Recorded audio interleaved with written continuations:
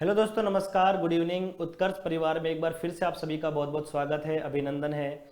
तो कैसे हैं आप सब लोग? उम्मीद करता हूं सब लोग बेहतर होंगे, स्वस्थ होंगे, मस्त होंगे और बहुत अच्छे से, बहुत बेहतरीन तरीके से आप लोगों की पढ़ाई चल रही होगी।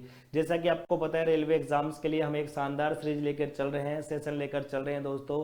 और इसमें रेगुलर मैं आप लोगों को टॉपिक वाइज चीज़ों को पढ़ा रहा हूँ, बहुत अच्छे अच्छे कंसेप्ट सिखा रहा हूँ, बहुत प्यारे प्यारे सवाल मैं आप लोगों को करवा रहा हूँ। तो इसमें मैं आपको नंबर सिस्टम पढ़ा चुका हूँ, सिंप्लीफिकेशन पढ़ा चुका हूँ। और अब हमारा जो चैप्टर चल रहा है वो एलसीएम एचसीएफ चल रहा है, जिसकी पहली क्लास हो चुकी है और आज मैं दूसरी क्लास लेकर आप सभी के सामने हाजिर हूँ दोस्तों। तो उम्मीद करता हूँ सब लोग बढ़िया होंगे, स्वस्थ होंगे, मस्त तरीके से पढ़ाई चल रही होगी, होली का एंजॉय आप लोगों ने अच्छे से किया होगा। और अब आप अपनी पढ़ाई में वापस से लग जाइए और चलिए आज की क्लास को हम लोग शुरू करते हैं। ये वाला सवाल कल मैंने आप लोगों को होमवर्क के लिए दिया था दोस्तों।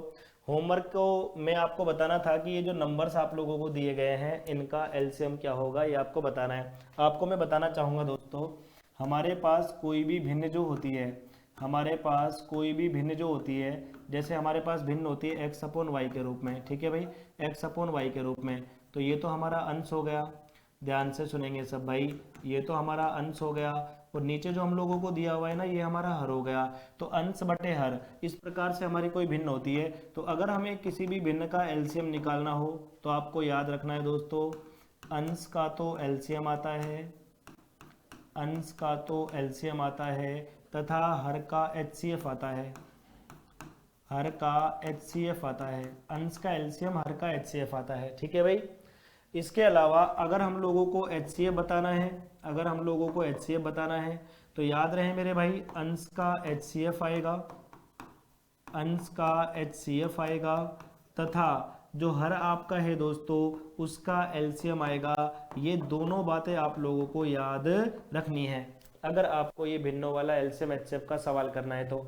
आइए कुछ बेहतरीन एग्जाम्पल आपको समझाने का प्रयास करता हूँ।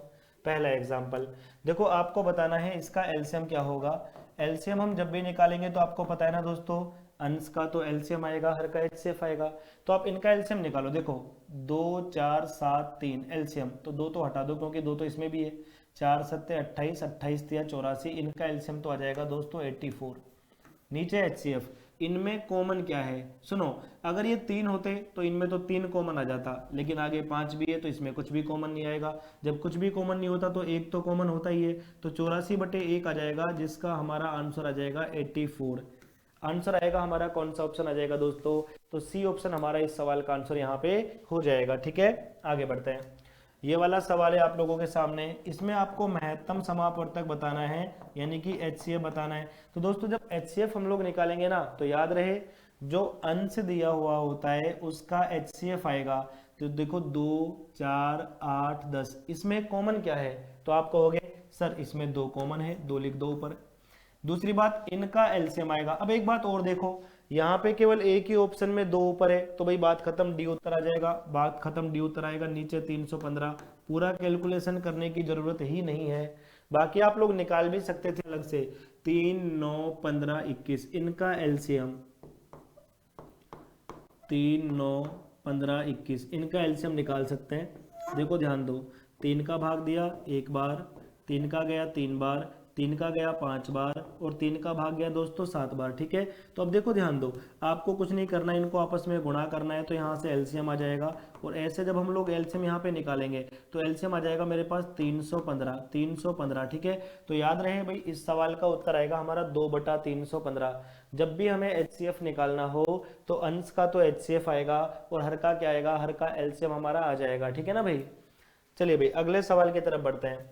देखो बहुत प्यारा सा सवाल है, 3 संख्याओं का अनुपात दिया हुआ है, उनका एलसीएम दिया हुआ है, सबसे बड़ा नंबर पूछा है। देखो इस सवाल को मैं आपको ऑप्शन मेथड से समझाता हूँ। सबसे बड़ा नंबर पूछा है, यानी 9 की वैल्यू बतानी है, तो इसका मतलब उत्तर जो भी होगा वो 9 का मल्टीपल होगा। तो देखो 9 का भाग इसमें भी नहीं जा रहा, इसमें तो जा रहा है, इसमें नहीं जा रहा, इसमें नहीं जा रहा, तो ये उत्तर है, बात खत्म। लेकिन होगा कैसे, मैं समझाता हूँ। 3 संख्याएं दे रखी हैं आपको, 3:4:9 के अनुपात में दे रखी हैं। आप एक काम करो, आप एक बार इन्हीं का एलसीएम निकाल लो, आप एक बार इन्हीं का एलसीएम निकालो। अगर मैं इनका एलसीएम निकालता हूँ ना तो इनका एलसीएम आएगा 9 चौके 36, क्योंकि 3 तो 9 में ऑलरेडी मौजूद है, तो इनका एलसीएम 36 आएगा। भाई अपने हिसाब से 36 आया, सवाल के हिसाब से 1800 दिया हुआ है, तो 36 यूनिट की वैल्यू 1800, 1 यूनिट की निकालो, 36 पंजे 180 होता है, तो 1 यूनिट का मान 50 आ जाएगा। 1 यूनिट का मान कितना आ जाएगा दोस्तों? 1 यूनिट का मान 50 आ जाएगा। सबसे बड़ा नंबर पूछा है तो 9 यूनिट का मान बताना है।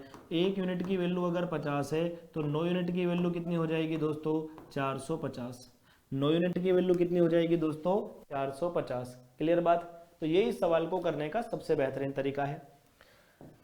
अगला सवाल देखो, ये वाला दिया हुआ है तो डायरेक्ट आपको अंदाजा नहीं लगाना है, मैं पहले बता देता हूं, अंदाजा नहीं लगाना है, सवाल को पूरा हल करना है, तब जाके सवाल का जवाब देना है। जैसे ये वाला सवाल आ गया, पॉइंट 42 है, पॉइंट 42 को आप ऐसे भी लिख सकते हो, 42 बटे 2 अंकों से पॉइंट हटेगा, नीचे आएगा 100। पॉइंट 14 है, इसको आप ऐसे भी लिख सकते हो, 14 2 अंकों से पॉइंट हटेगा, नीचे आएगा 100। पॉइंट 35 है, इसको आप ऐसे भी लिख सकते हो, 35 2 अंकों से पॉइंट हटेगा, नीचे आएगा 100। अब काटो, इनको काटना पड़ेगा आपको, ठीक है भाई, काटना पड़ेगा। देखो भाई, 2 से काट दिया 21 बार, 2 से काट दिया 50 बार, तो ये आएगा 21 बटे 50। 2 से काटो 7 बार, 2 से 50 बार, 7 बटे 50। इसको 5 से काट दो, 5 से 7 बार, 5 से 20 बार, ये आएगा 7 बटे 20। ये भिन्न आ गई। भिन्नों का HCF निकालना मैंने बताया है कि भाई अंश का HCF लेते हैं। जैसे ये 21 है, 7 है, 7 है, इनका HCF लो, तो इनका HCF तो 7 ही आएगा, ठीक है। और नीचे आएगा हर का एलसीएम, नीचे आएगा हर का एलसीएम, तो इनका एलसीएम लूंगा ना 50 और 20 का, तो ये तो 100 आ जाएगा, तो 7 बटा 100। अब 7 में 100 का भाग दोगे तो आएगा 0.07। क्या आएगा दोस्तों? 0.07। ऑप्शन ए आपका राइट आंसर यहाँ पे हो जाएगा। बताओ भाई, समझ में आया कि नहीं आया? चलो भाई, अगला सवाल आप मुझे करके बताओगे, ये वाला सवाल आप मुझे करके बताओ। जैसे मैंने एलसीएम वाला आप लोगों को समझाया है, इसी प्रकार ये वाला सवाल है, जल्दी से आप मुझे इसका आंसर दीजिए।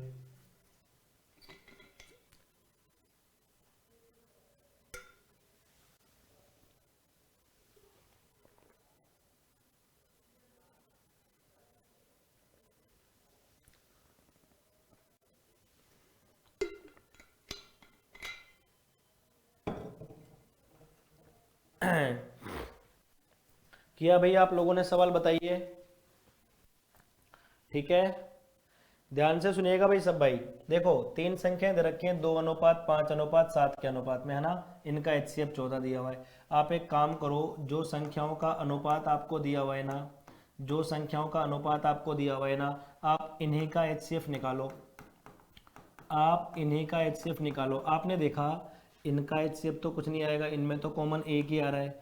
इस 1 यूनिट की जो वैल्यू है ना, वो आपको 14 दी हुई है। 1 यूनिट की वैल्यू 14 दी हुई है। अगर 1 का मान 14 है, संख्याएं बतानी, तो भैया देखो 1 का मान 14 है तो 2 का मान आएगा, 14 से गुणा करो, 14 दूनी 28 आएगा, इधर आएगा 14 पंजे 70 और 14 सत्ते 98, तो संख्या आ जाएंगी 28, 70 और 98। तो ऑप्शन आएगा सी। वैसे भी आप देख सकते हो कि भाई 2:5:7 के अनुपात में होनी चाहिए, तो एक ही ऑप्शन ऐसा है जो 2:5:7 के अनुपात में है। आप इनको 14 से काट के देखो, ये 2:5:7 के अनुपात में दिया गया है। क्लियर बात? आगे बढ़ते हैं दोस्तों। आपको मैं एक बहुत बड़ी खुशखबरी जो कि आपको रेगुलर दी जा रही है, मैं बताना चाहूंगा। उत्कर्ष परिवार लेकर आया है दोस्तों होली हंगामा ऑफर आप लोगों के लिए, जो कि दिनांक 21 मार्च से 28 मार्च तक चलने वाला है। ध्यान रहे, बहुत ही कम समय बचा है। और दोस्तों, हम इसमें आपके लोगों के लिए क्या क्या लेकर आए हैं, तो बताना चाहूंगा कि रेलवे के सभी लाइव और रिकॉर्डेड कोर्सेज, जो ऑनलाइन कोर्सेज हैं, उन पर आपको अप टू 90% तक का डिस्काउंट मिलने वाला है। साथ में आपको 3 महीने की एक्स्ट्रा वैलिडिटी भी यहां पर मिलने वाली है। 3 महीने की, पूरे 3 महीने की एक्स्ट्रा वैलिडिटी आप लोगों को यहाँ पे मिलने वाली है। आप किसी भी रेलवे के कोर्स में एनरोल करोगे तो आपको 90% तक का डिस्काउंट मिलेगा, साथ में 3 महीने की एक्स्ट्रा वैलिडिटी भी आप लोगों को मिलने वाली है। इसके अलावा दोस्तों बताना चाहूंगा, उत्कर्ष ऐप में बुकशाला से प्रिंटेड नोट्स या बुक पर भी आपको भारी डिस्काउंट मिलने वाला है। आप जाकर बाई कर सकते हैं। उत्कर्ष ऐप को आप आज ही डाउनलोड करें, एनरोल करें।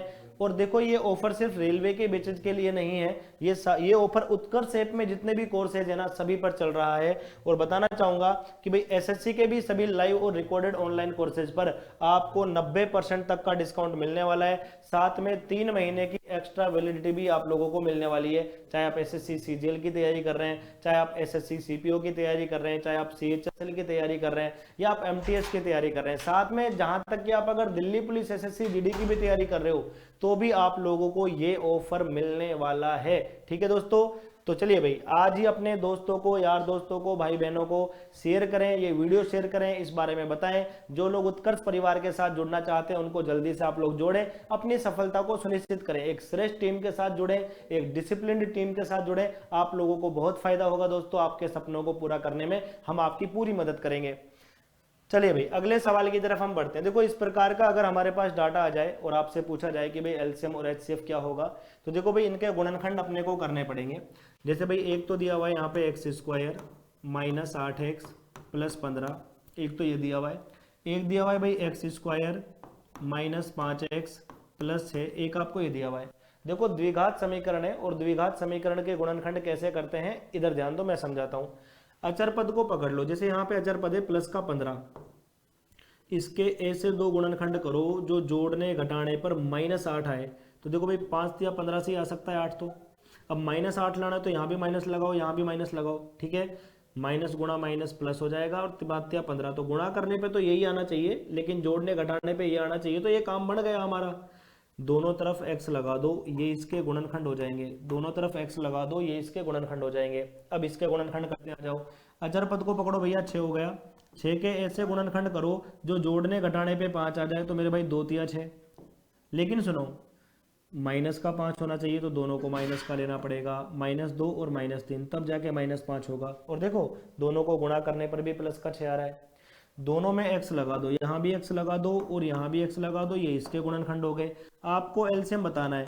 एलसीएम में बस एक बात याद रखनी है कि कॉमन चीज एक बार आती है। जैसे x-3 दोनों में कॉमन है तो एक बार लिख दो x-3 को, ठीक है। फिर जैसे यहाँ x-2 बचा तो x-2 लिख दो, ठीक है। यहाँ x-5 बचा तो x-5 लिख दो। ये हमारे सवाल का उत्तर आएगा, x-2, x-3, x-5। कौन सा ऑप्शन आएगा? सी ऑप्शन हमारे सवाल का एकदम राइट आंसर यहाँ पे हो जाएगा। बताइए भाई, सभी लोगों को समझ में आया या नहीं आया है? बहुत बेहतरीन सवाल है, गजब सवाल है दोस्तों। ये सवाल आपको करना ही करना है, गलत नहीं करना है, ये आप लोगों को ध्यान रखना है, ठीक है।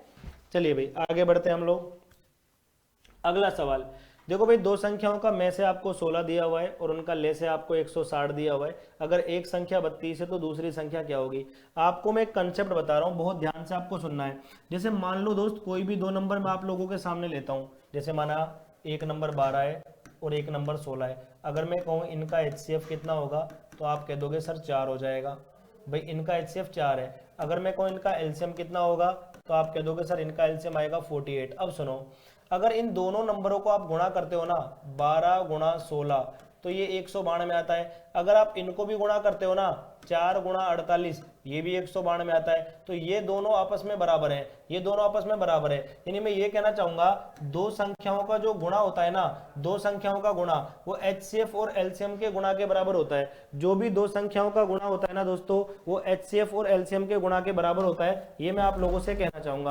तो दोस्तों ध्यान दो, ये पॉइंट मैं लिख रहा हूं यहाँ पे कि भाई दो संख्याओं का गुणा n1 गुणा n2, दो संख्याओं का जो गुणा होता है वो HCF गुणा एलसीएम के बराबर होता है। HCF गुणा एलसीएम के बराबर होता है। ये बात आप लोगों को दिमाग में रखनी है। बहुत ही प्यारा सा कॉन्सेप्ट आप लोग यहाँ पे सीख रहे हो, ठीक है भाई। दो संख्याओं का गुणा HCF गुणा एलसीएम के बराबर यहाँ पे होता है। अब सुनो, पहली संख्या देखो, पहली संख्या है 32। पहली संख्या क्या है मेरे भाई? 32 है। दूसरी संख्या हम लोगों को यहाँ पे पता है नहीं, ठीक है भाई। HCF गुणा एलसीएम, देखो HCF तो दिया हुआ है 16 और एलसीएम कितना दिया हुआ है भाई? 160 दिया हुआ है, ठीक है। अब देखो भाई, 16 से काटो, 16 से काटेंगे भाई 2 बार कट जाएगा, 2 से उसको काटोगे तो n2 का मान आ जाएगा भाई 80। इसका मतलब हमारा जो दूसरा नंबर है वो कितना हो गया है? दूसरा नंबर हमारा 80 हो गया है। क्लियर बात? यहां तक किसी को कोई दिक्कत परेशानी कोई समस्या नहीं होनी चाहिए भाई, ठीक है। चलो भाई, अगले सवाल की तरफ बढ़ते हैं। दो संख्याओं का गुणा 726 है, उनका HCF 11 है, उनका एलसीएम क्या होगा? ये आप लोगों को बताना है। जल्दी से इस सवाल को आप लोग मुझे बताइए, इसका आंसर आपका क्या होने वाला है?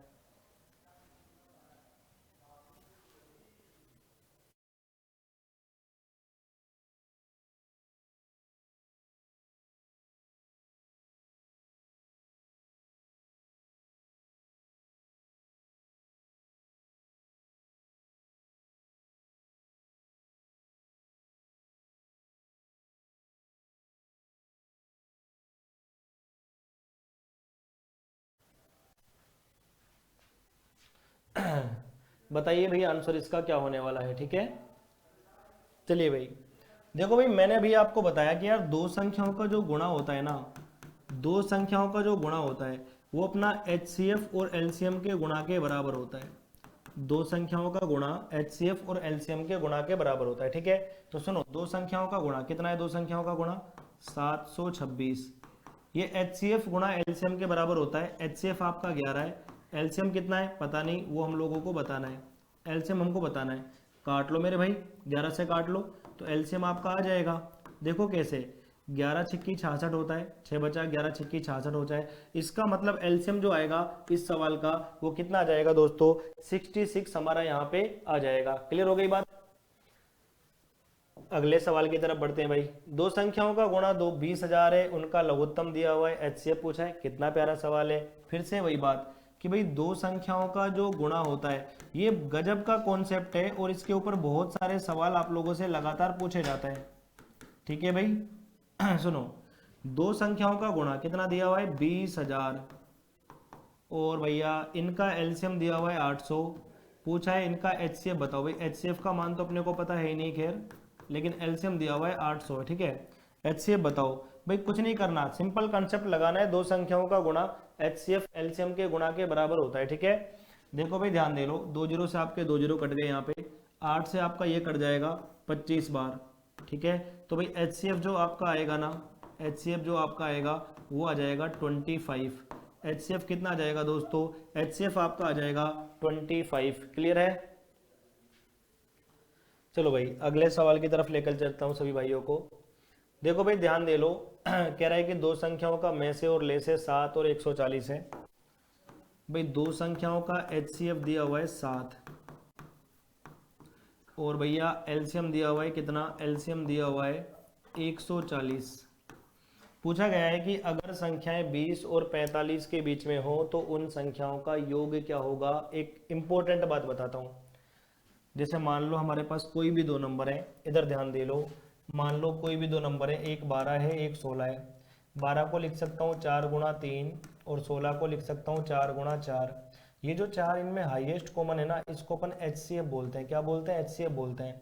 तो इसको मैंने नाम दे दिया H, इसको भी मैंने नाम दे दिया H। ये जो 3 और 4 बचा इनको नाम दे रहा हूँ A और B। तो जब भी आप HCF और LCM की बात करो तो संख्याओं को मानो HA HB, HA HB। अब सुनो, इस H का मतलब क्या होता है भाइयों, H का मतलब तो होता है HCF, और जो ये A और B है ना, ये क्या है, ये है भाइयों सह अभाज्य संख्याएं या संख्याओं का अनुपात, संख्याओं का अनुपात। भाई एक बात आप मुझे बताना है यहाँ पे, जैसे भाई 12 और 16 है, 12 और 16 का अनुपात पूछो तो 4 से कट गया 3 बार, 4 से कट गया 4 बार, तो 3:4 ही तो आया।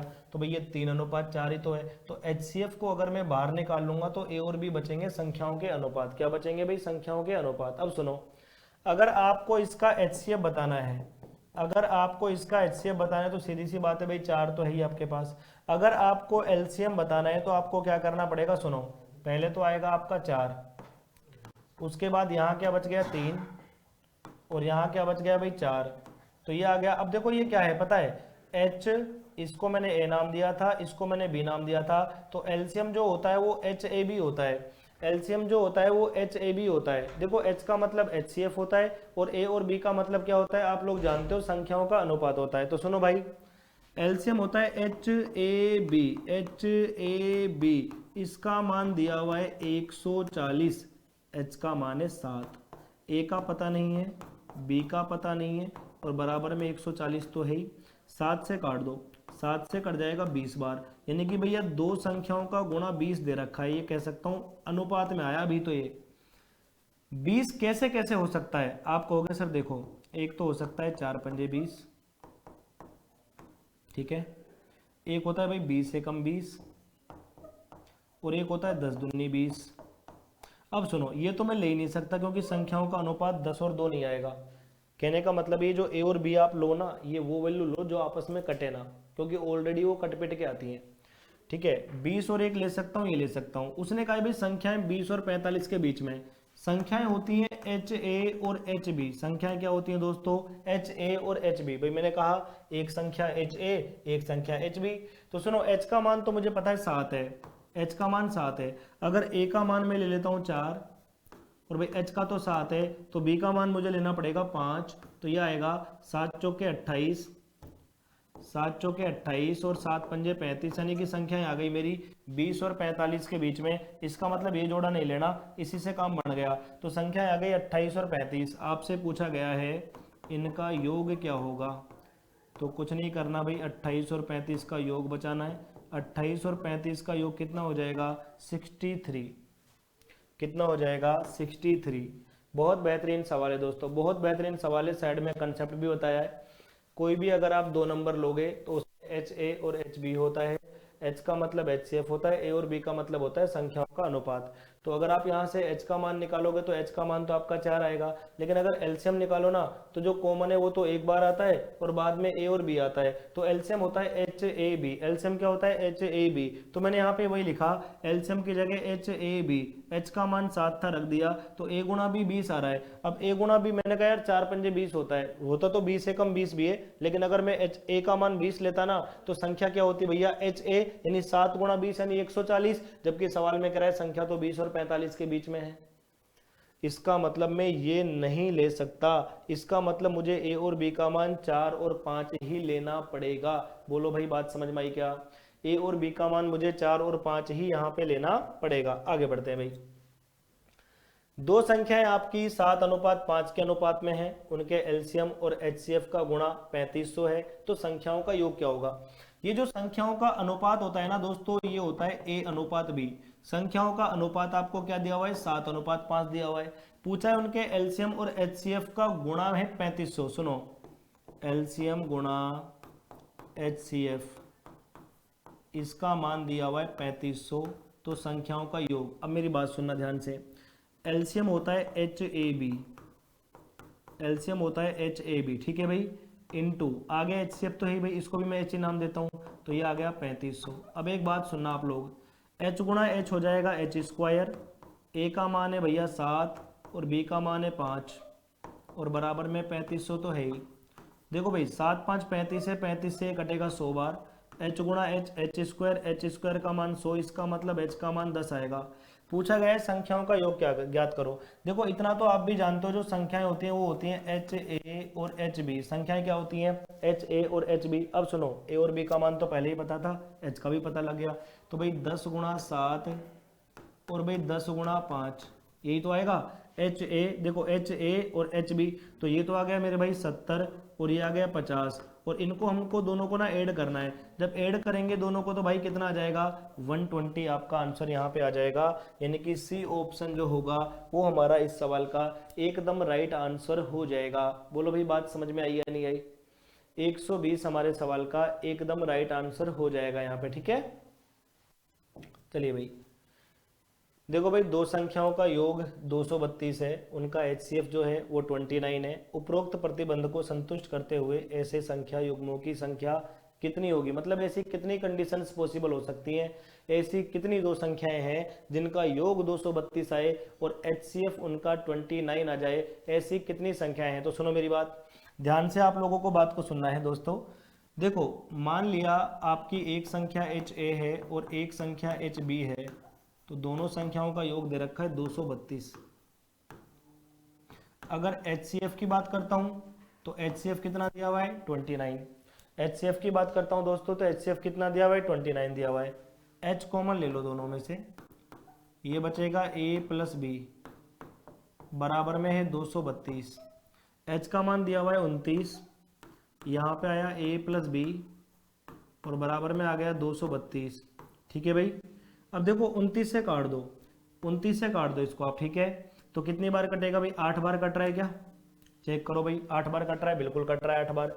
तो मैं ये कह सकता हूँ कि यार a प्लस बी का मान आपका 8 आना चाहिए। अब ये चेक करो 8 कितने तरीके से आ सकता है, ये चेक करो 8 कितने तरीके से आ सकता है। ये 1 हो सकता है, ये 7, या फिर देखो ये 2 हो सकता है, तो ये 6, लेकिन ये नहीं आएगा क्योंकि ये आपस में कट जाते हैं। ऐसे नंबर नहीं लेने होते अपने को, ठीक है। ये 3 हो जाएगा तो ये 5 हो जाएगा, या फिर ये 4 तो ये भी 4 तो ही हो सकता है, तो ये भी नहीं लेना। तो एक तो ये पॉसिबल है 1 और 7, एक ये पॉसिबल है 3 और 5, या तो 1 और 7 पॉसिबल है या 3 और 5 पॉसिबल है। तो भाई 1 और 1 ऐसे कितने जोड़े पॉसिबल है, तो आप कह सकते हो सर ऐसे भाई 2 जोड़े पॉसिबल हैं, यानी कि बी ऑप्शन आपके इस सवाल का एकदम राइट आंसर हो जाएगा। ऐसे कितने जोड़े पॉसिबल हैं दोस्तों, तो आप कह सकते हो ऐसे पूरे के पूरे 2 जोड़े यहाँ पे पॉसिबल हैं। इस वाले सवाल को आपको इस तरीके से समझना है। क्लियर बात? ठीक है भाई, बहुत प्यारा सवाल है। 2 संख्याओं का योग दिया हुआ है। संख्या हमेशा याद रखो, एक संख्या एच ए मानोगे तो एक संख्या को एच बी मानना है, एच ए एच बी। संख्याओं का योग 232 है, H A plus H B का मान 232 है। एच का मान 29 दिया हुआ है, तो एच को मैंने कॉमन लेके बाद में उससे काट दिया, तो ए प्लस बी 8 आया। अब ए प्लस बी 8 कितने तरीकों से ला सकते हो, 1 और 7, 2 और 6, 3 और 5, 4 और 4, बस। लेकिन इनको नहीं लूंगा क्योंकि ये दोनों ऑलरेडी भी आपस में कट रहे हैं, जबकि ए और बी तो खुद ही कट पिट के आते हैं। ए और बी तो संख्याओं का अनुपात होता है, सहभाज्य संख्याएं होती हैं, को प्राइम नंबर्स होते हैं, तो ये तो खुद ही कट पिट के आते हैं। अगला सवाल, चलो भाई ये बहुत प्यारा सवाल है। 2 संख्याओं का एचसीएफ और एलसीएम दिया हुआ है, दोनों संख्याओं का अनुपात भी दिया हुआ है, तो दोनों संख्याओं में से बड़ी संख्या क्या होगी। इतना आसान सवाल।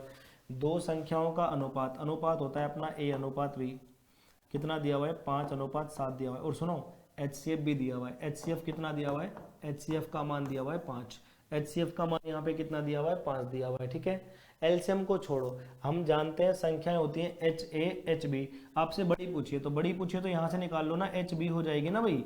एच का मान है 5 और बी का मान है 7, तो भाई सीधा सीधा उत्तर 35 आ जाएगा। हमें यहाँ पे ज़्यादा दिमाग लगाने की आवश्यकता ही नहीं है। तो इतने आसान सवाल भी कभी कभी घुमा फिरा के पूछ लिए जाते हैं। आपको लगेगा वाओ क्या क्या दे रखा है इस सवाल में, तो कैसे इसका उत्तर मैं बताऊंगा, आपको ऐसा लगेगा, बट ऐसा नहीं है। बहुत आसान सी भाषा में आपको सवाल दिया हुआ था, दोनों संख्याओं का अनुपात दिया हुआ है, एचसीएफ भी दिया हुआ है। संख्याएं क्या होती हैं, एच ए और एच बी होती हैं, तो एच बी बड़ी संख्या पूछिए, एच बी बताऊंगा भाई, इससे तो छोटी आएगी, 5 पंजे 25, 25 छोटा वाला नंबर आ जाता। क्लियर है बात? आगे बढ़ते हैं ना। ये वाला सवाल देखो, 2 संख्याएं 3:4 के अनुपात में है, उनका एचसीएफ और एलसीएम का गुणा 2700 है, तो उन संख्याओं का योग बताओ। ऐसा एक सवाल मैंने अभी आप लोगों को करवाया था, ये वाला सवाल मुझे आप करके बताइए, जल्दी से आंसर बताएंगे सवाल का क्या होगा।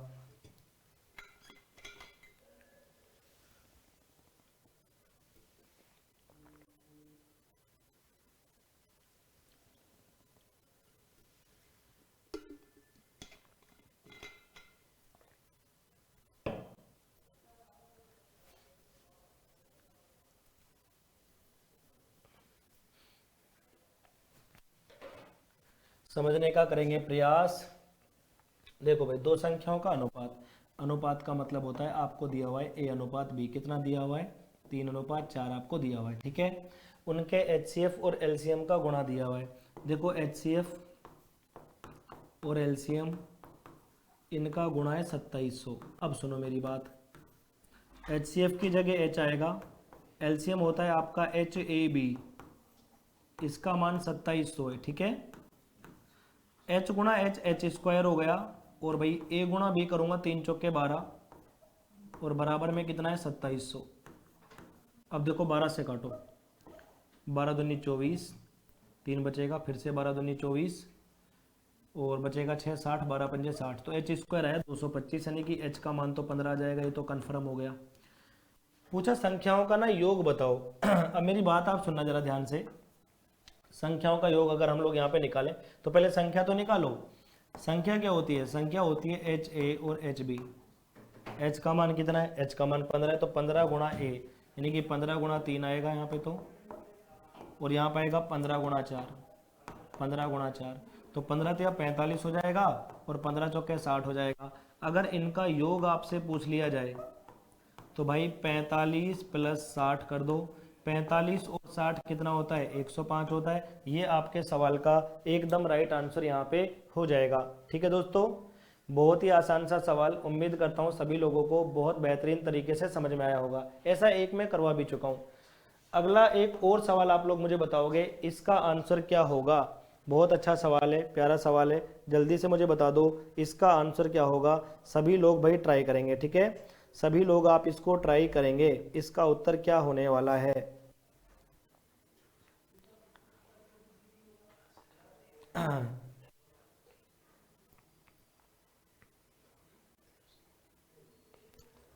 बताएंगे भाई, फटाफट से बताएंगे, जल्दी से आंसर क्या होने वाला है।